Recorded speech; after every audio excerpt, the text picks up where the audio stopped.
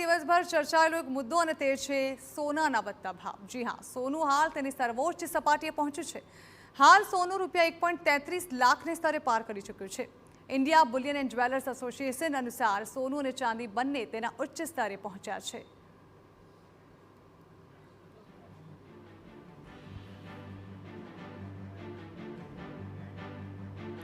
તો ઉત્તરોત્તર સોનાના વધતા ભાવ જે છે તે લોકોની ચિંતા વધારી રહ્યા છે, પરંતુ રોકાણકારોને ચોક્કસથી એક ફાયદો કરાવી રહ્યા છે। ત્યારે હવે વોલ ગ્રાફિક્સના માધ્યમથી સમજીએ કે આખરે અત્યાર સુધી સોનાના ભાવમાં કેટલો નાનો મોટો બદલાવ આવ્યો। તો 10 ગ્રામ સોનાનો ભાવ આજે રૂપિયા 732 વધ્યો છે, 1,33,000ને પાર કરી ગયો છે અને આ ભાવ હજુ પણ વધે તેવી સંભાવનાઓ જોવામાં આવી રહી છે। હાલ પ્રતિ 10 ગ્રામ સોનાનો ભાવ જે છે તે રૂપિયા 1,33,442 પહોંચ્યો છે। લગ્ન સજાની સિઝનમાં આ ભાવ વધુ હતો। અગાઉ તે 1,32,710 હતો, જેમાં આજે વધુ 700 રૂપિયાનો વધારો થયો છે, 1,33,000 સપાટીએ પહોંચ્યો છે। તો ચાંદીનો ભાવ આજે ઘટ્યો છે, જેમાં 2,958 રૂપિયા ઘટ્યા છે। તે લગભગ ગઈકાલે 95,000ની આસપાસ પહોંચ્યું હતું, 1,95,000, તેમાં હવે 3,000નો ઘટાડો થયો છે, એટલે કે આજે તેનો ભાવ 1,92,222 પ્રતિ કિલોએ પહોંચ્યો છે। ચાંદીના ભાવમાં આ વખતે ઉત્તરોત્તર ખાસો એવો વધારો જોવા મળ્યો। અગાઉ ચાંદીનો ભાવ જે છે તે 1,95,180 પ્રતિ કિલો હતો, એટલે લગભગ 2 લાખની આસપાસ ચાંદીનો ભાવ પહોંચી ચૂક્યો હતો। જોકે તેમાં આજે લગભગ 2 થી 3,000નો ઘટાડો થયો છે। જોકે તે છતાં પણ ચાંદી સૌથી ઊંચા સ્તરે હાલ જોવા મળી રહી છે। ચાંદીમાં જેણે રોકાણ કર્યું હતું તે રોકાણકારો માટે અત્યારે સુવર્ણ અવસર ચાલી રહ્યો હોય તેવું કહી શકાય, કારણ કે તેના ભાવમાં પણ ઉત્તરોત્તર વધારો થઈ રહ્યો છે। આ વર્ષે જો ટોટલ વાત કરવામાં આવે તો સોનું રૂપિયા 57,280 રૂપિયા મોંઘું થયું છે અને હજુ પણ તેનો ભાવ વધારો થાય। 2026માં સોના અને ચાંદી હજુ પણ હાઈ સપાટીએ પહોંચે તેવું માનવામાં આવી રહ્યું છે।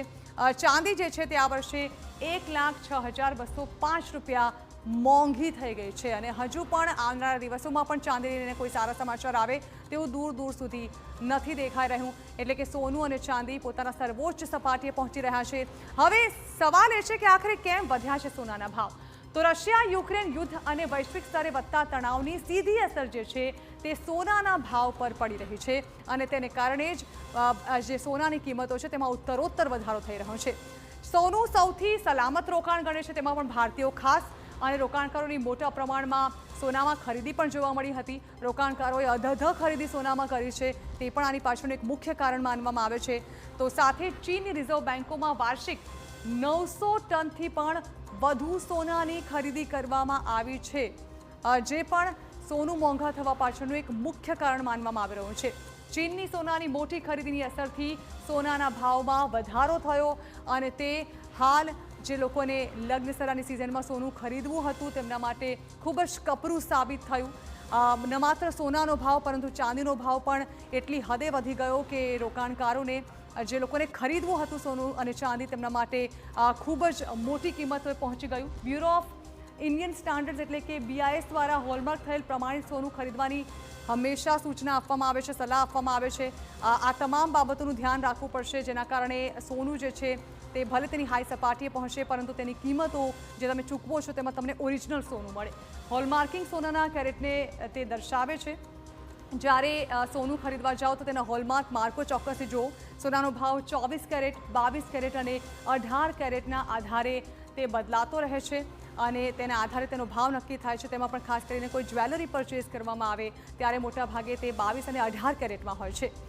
સોનું ખરીદતી વખતે તમારે કિંમત પણ ખાસ ક્રોસ ચેક કરવાની રહે છે। બની શકે કે કોઈ જ્વેલરની પાસે તમને તે ઓછી કિંમતમાં મળી રહ્યું હોય, પરંતુ બની શકે કે તેમાં પણ ભેળસેળિયું સોનું મળવાની સંભાવના બની શકે છે। ત્યારે હાલ તો સોના ચાંદીના વધતા ભાવ ભલે ટેન્શન વધારી રહ્યા હોય, પરંતુ હજુ 2026માં પણ તેને લઈને કોઈ રાહત મળવાના એંધાણ હાલ તો નથી દેખાઈ રહ્યા અને હવે